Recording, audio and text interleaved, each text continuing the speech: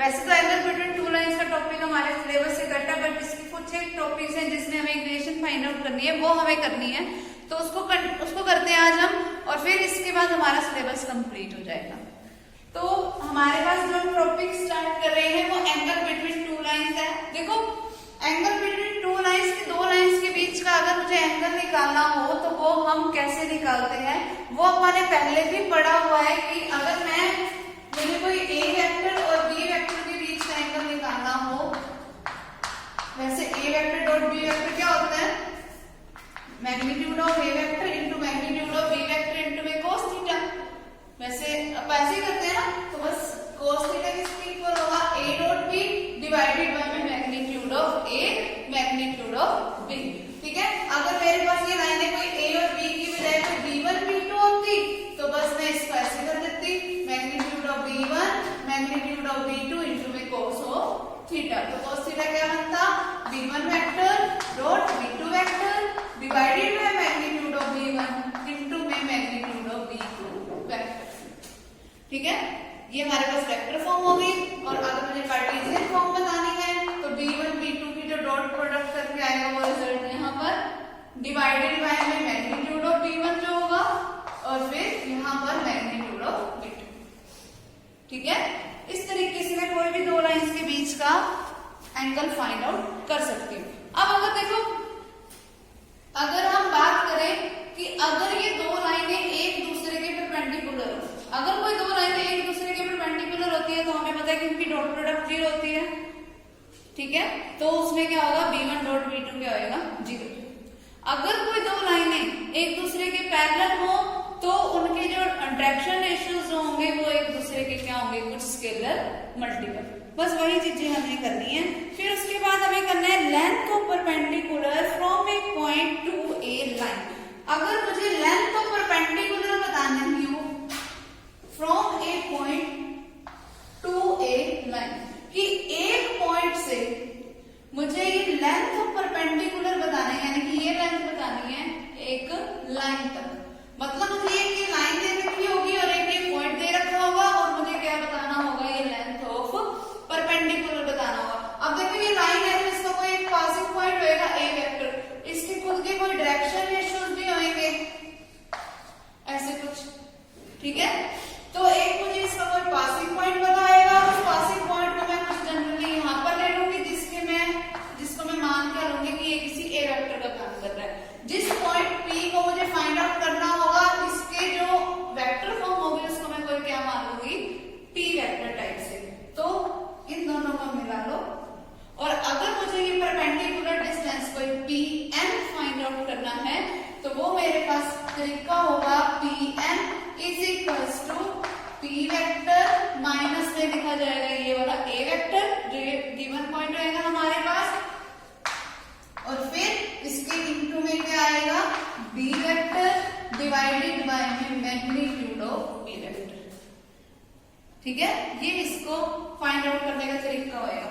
Same ऐसी चीज ना अपन ने पहले भी की है। अभी वैसे मैंने जब परपेंडिकुलर डिस्टेंस निकाला था वो लाइन और प्लेन वाले में, उसमें बस a डॉट b करके वो क्यों लिखा हुआ था और p डॉट b डायरेक्ट आ गया था।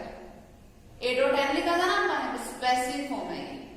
ठीक है, और डिवाइडेड बाय में क्या है, मैग्नीट्यूड ऑफ b वेक्टर। तो बस अब मुझे इन्हीं फॉर्मूलों का यूज करना है। करें इसकी एक्सरसाइज की सब करते हैं।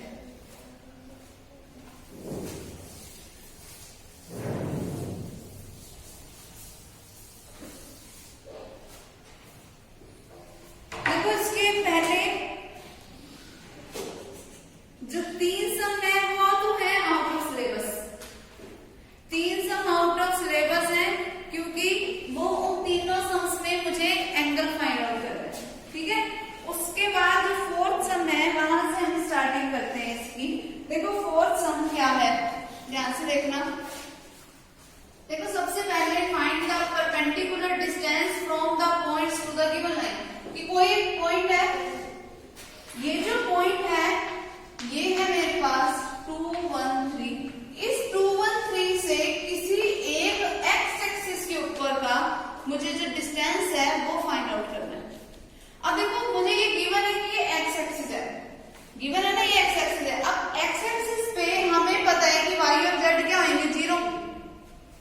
इसका मतलब ये है कि ये जो एक्स एक्सिस है इसके डायरेक्शन रेशियोज क्या हो गए, 1 0 0, क्योंकि सिर्फ एक्स वाले डायरेक्शन रेशियो की तो वैल्यू होगी, लेकिन वाई और जेड के होंगे 0। अब एक्स एक्सिस है तो इसका एक पासिंग पॉइंट ओरिजिन भी तो होगा।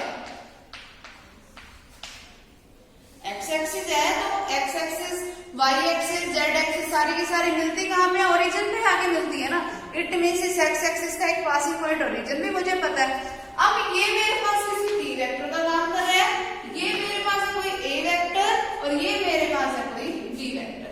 अब मुझे सिर्फ करना क्या है, जो मेरे पास परपेंडिकुलर डिस्टेंस का फॉर्मूला है उसमें मुझे वैल्यू पुट करनी है, that perpendicular distance is equals to magnitude of P vector minus A vector cross में बी वेक्टर डिवाइडेड बाय में मैग्नीट्यूड ऑफ बी वेक्टर। अब देखो p माइनस ए करोगे, 2 माइनस 1 करोगे 1, यानी कि यहाँ पर मेरे पास सिर्फ क्या रह जाएगा, मैग्नीट्यूड ऑफ आई कैप, क्योंकि 2 I cap minus I cap only I cap, फिर I cap minus 0 J cap, sorry J cap minus 0 J cap, सिर्फ क्या बच गया जे कैप, फिर 3 माइनस 0 3, तो प्लस का 3 के कैप। और फिर मुझे इसकी क्रॉस प्रोडक्ट करवानी है, बी वेक्टर मेरे पास ये है,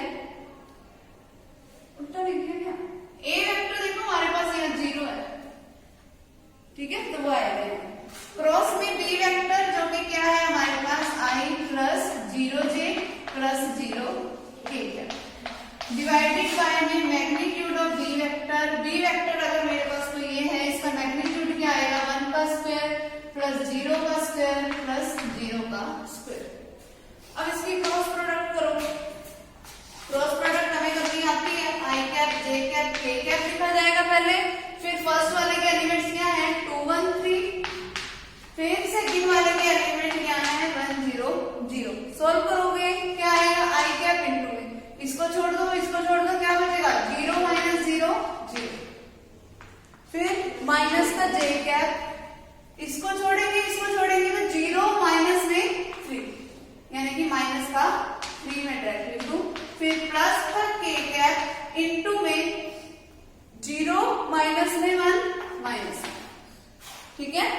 फिर ये क्या बन गया मेरे पास 3 जे कैप माइनस का के कैप। और अगर मुझे इसका क्या लेना है, मैग्नीट्यूड लेना है, अगर मुझे इसी का मैग्नीट्यूड लेना हो तो वो क्या बनेगा, under the root of 9 plus 1, यानी कि रूट ऑफ 10, तो इसकी वैल्यू क्या आ गई, रूट ऑफ 10 बाय 1, तो इसका डिस्टेंस कितना आ गया, रूट ऑफ 10 यूनिट्स। ये इसका आंसर हो जाएगा, ठीक है। फिर अगले वाले में भी देखो, जैसे मुझे ये दे रखा है -1 2 5 का मुझे डिस्टेंस फाइंड आउट कर रहे हैं किसी आर वेक्टर जो कि क्या है 3i plus 4j cap plus 5k cap plus lambda times of 2i minus 3j plus 6k cap से। तो ये मेरे पास कोई ए वेक्टर का काम करेगा, ठीक है, तो ये मेरे पास कोई पी का काम करेगा, ये मेरे पास पासिंग पॉइंट ए वेक्टर और ये मेरे पास कोई बी वेक्टर, ठीक है। बस इसी मामले में मुझे वैल्यूज को पुट करना है, ठीक हो जाएगा ना ये वाला सम। फोर्थ फिफ्थ सम देखो,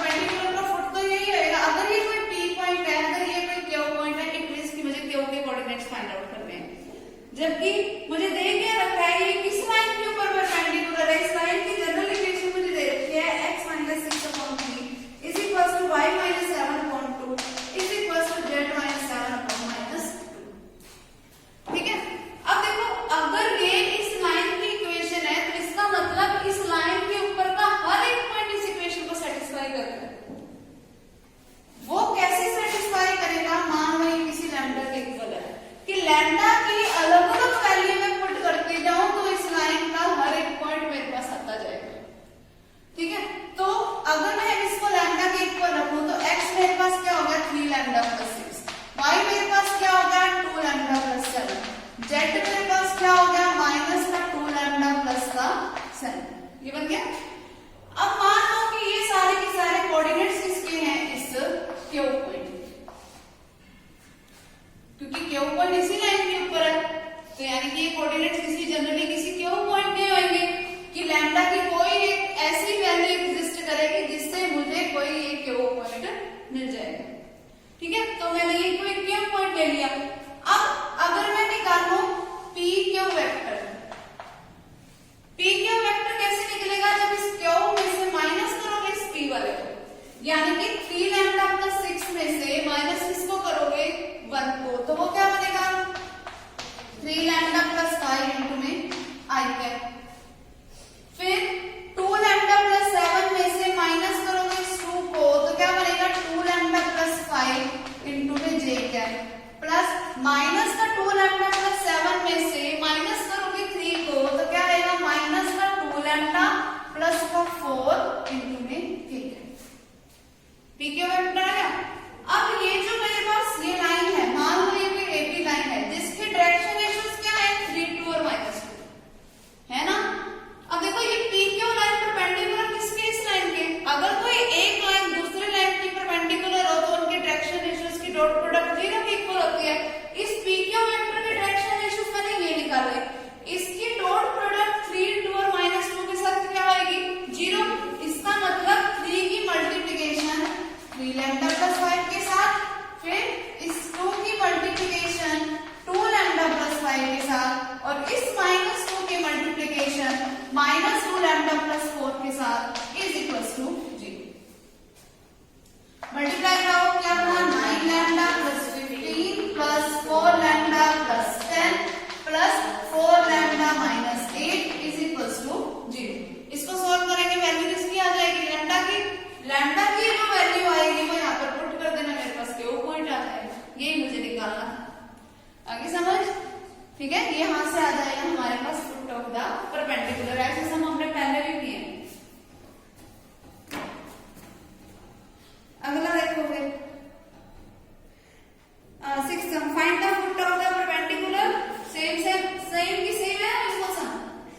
फिर आगे बस इसने ये पूछ लिया also find the length of the perpendicular, मतलब मुझे ये पी क्यू लेंथ भी बतानी है अगले में।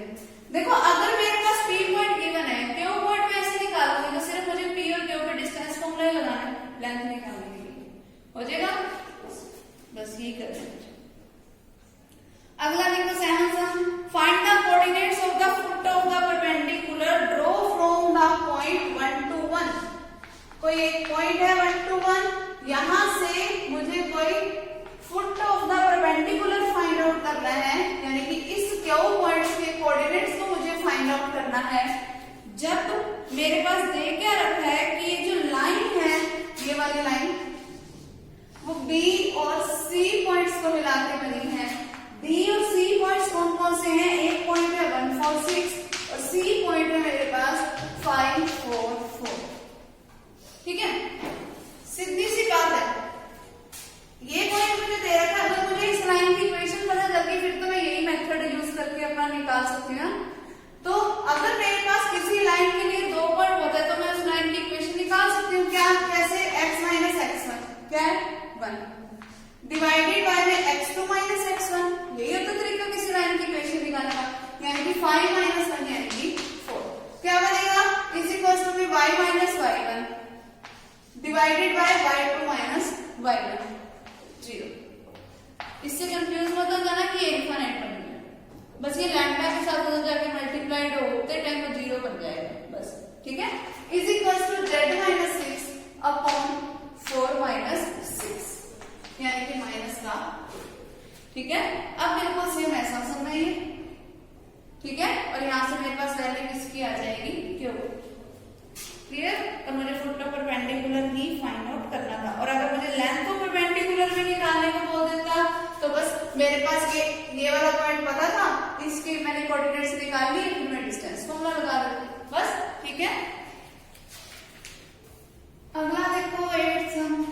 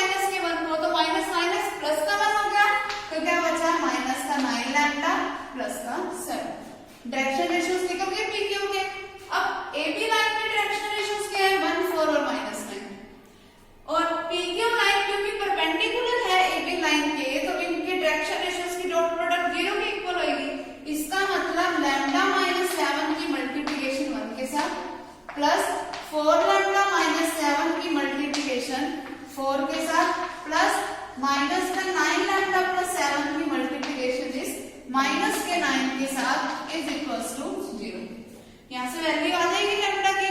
लैम्डा की जो वैल्यू आएगी यहाँ से मेरे को क्या मिलेगा, ये क्यू पॉइंट मिलेगा जो कि मुझे निकालना है।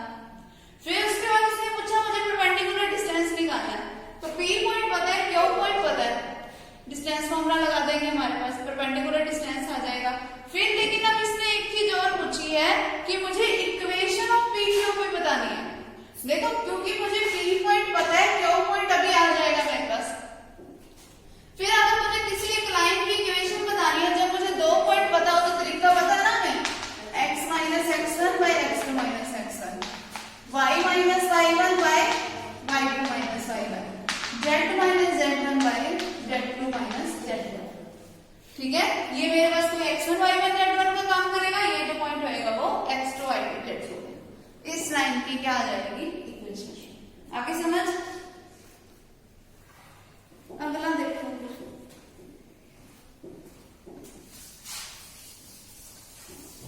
अगला देखना हो जाएगा।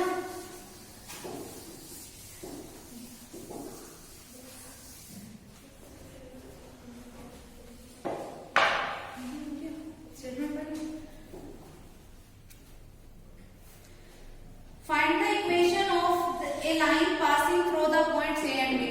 A और B से पासिंग होने वाले इन पॉइंट्स की इक्वेशन बतानी है। तो अगर 2 पॉइंट पता है तो मैंने अभी जो लाइन का फॉर्मूला बताया उससे इक्वेशन निकल जाएगी ए बी। फिर if D is the foot of the perpendicular from C on the line AB। D अगर कोई फुट ऑफ परपेंडिकुलर है C से, ये वाला C पॉइंट है, D कोई मेरे पास फुट ऑफ परपेंडिकुलर है, ये मेरे पास क्या है AB लाइन। AB लाइन की पहले इक्वेशन निकल जाएगी, C पॉइंट मुझे दे रखा है तो D भी निकल जाएगा, फुट ऑफ परपेंडिकुलर।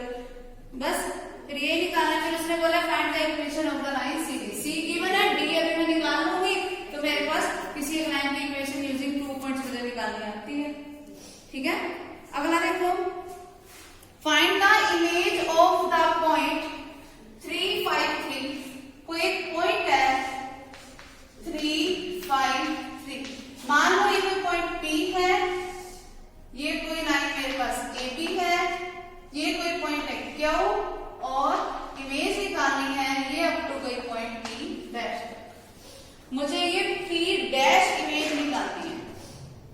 ठीक है, कोई एक लाइन AB कैसी है मेरे पास, वो देखो x/1 is equals to y minus 1/2 is equals to z minus 2/3।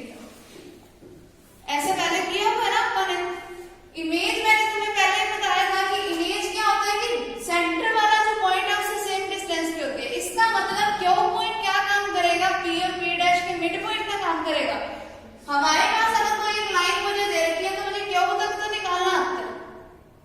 Q क्या है, अब मिड पॉइंट है किसका, P और P डैश का। तो मुझे कौन सा फॉर्मूले का यूज करना है, सिर्फ मिड पॉइंट फॉर्मूले का यूज करना है, जिसमें मुझे मिड पॉइंट की तो वैल्यू पता होगी। ठीक है, और मेरे पास ये वाला कोऑर्डिनेट आ जाएगा, x1 plus x2 divide by 2 करके ये वाला पॉइंट आएगा। ठीक है, हो जाएगा। अगला भी बिल्कुल सेम वही है। फिर उससे अगला देखो, last sum of this exercise and our syllabus. Find the coordinates of the foot of the perpendicular and the length of the perpendicular. Draw from the point, also find the image of the point P of this line.